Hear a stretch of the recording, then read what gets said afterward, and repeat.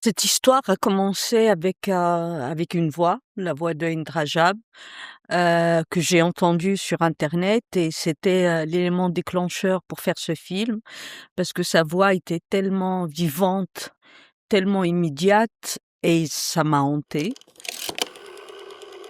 Très vite, j'ai su que, ce film aurait comme, colonne vertébrale cette voix réelle de cette petite fille.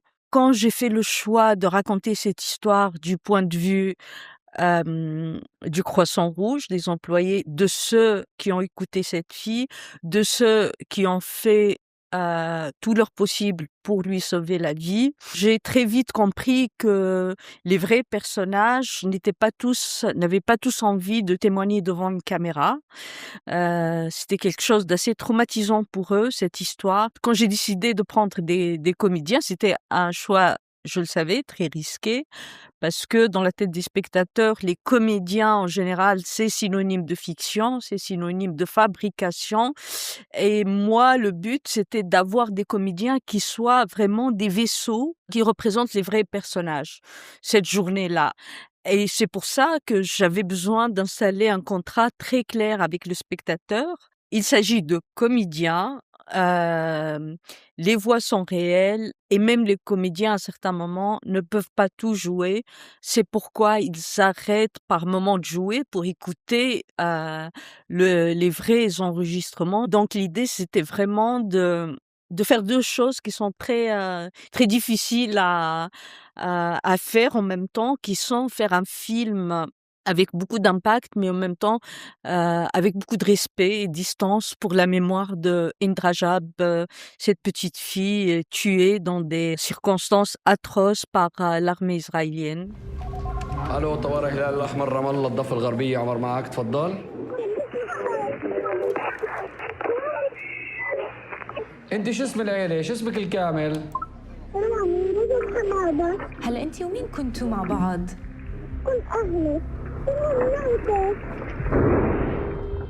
Ce film est parti d'un son. En général, les films, ça commence par une image.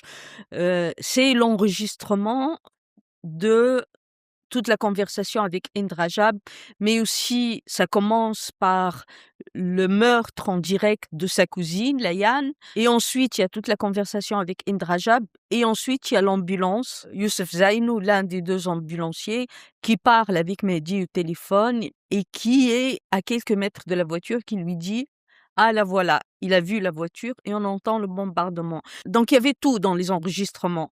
Et dans les enregistrements, il y a quelque chose qui m'a marqué, c'est quand N dit: «Il va faire noir, j'ai peur du noir».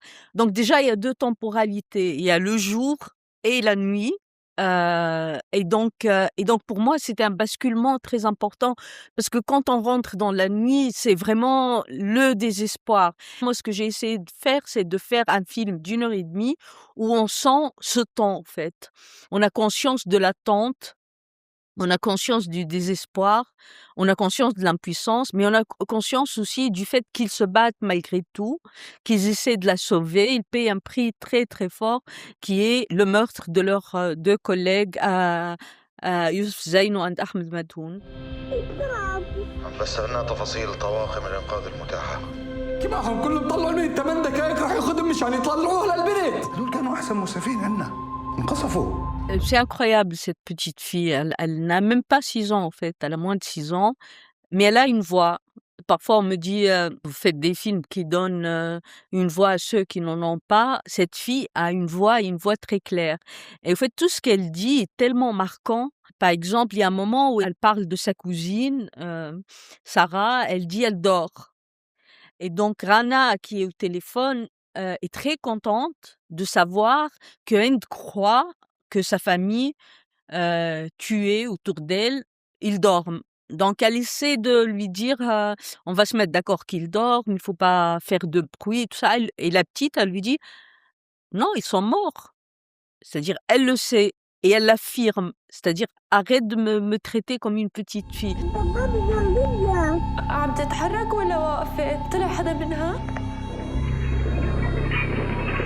هنود Il y a eu un travail formidable fait par Forensic Architect, qui a été repris d'ailleurs par le Washington Post dans une grosse investigation qui détermine quel genre d'armes israéliens, où étaient les tanks par rapport aux images satellitaires. Et moi, je me suis dit, quand j'ai commencé à faire ce film, je vais pas expliquer. Le cinéma n'explique pas et ne s'explique pas. Le cinéma offre l'empathie.